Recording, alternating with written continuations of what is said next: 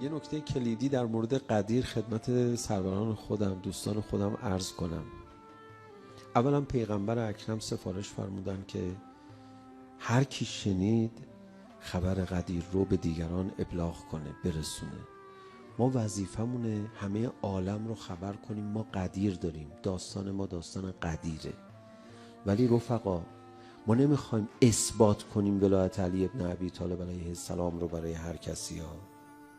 حتی ما نمیخوایم اثبات کنیم بطلان کسانی که ولایت علی ابن ابی طالب رو نپذیرفتن.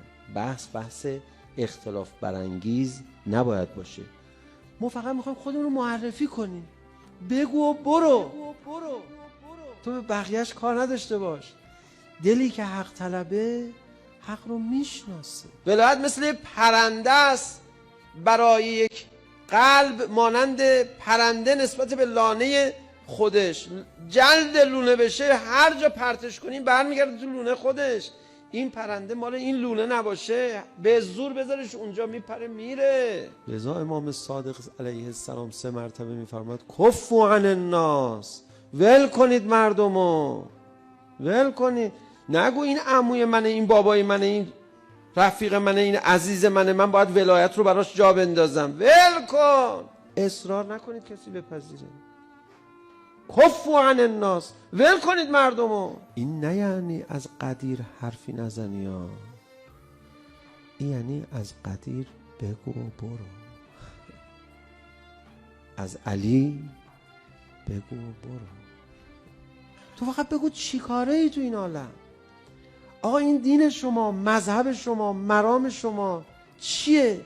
بگو ما یه پیغمبری داریم در قدیر خم دست جانشینش رو بالا برد. من کنتم مولا فهذا علی المولا، جانشین تعیین کرد. ما معتقدیم ایشون جانشین پیغمبرن. همینو بگو، فقط بدونن آخه شما ویژگی هاتون چرا اینجوری شده، مذهب و مرامتون محورش چیه.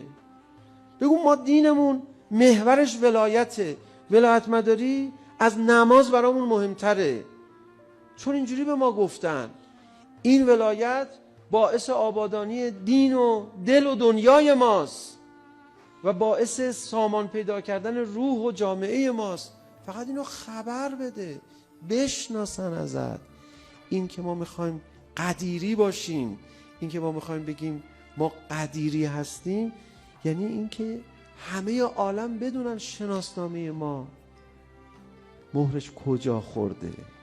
بگو و برو، تو به بقیهش کار نداشته باش. دلی که حق طلبه حق رو میشناسه.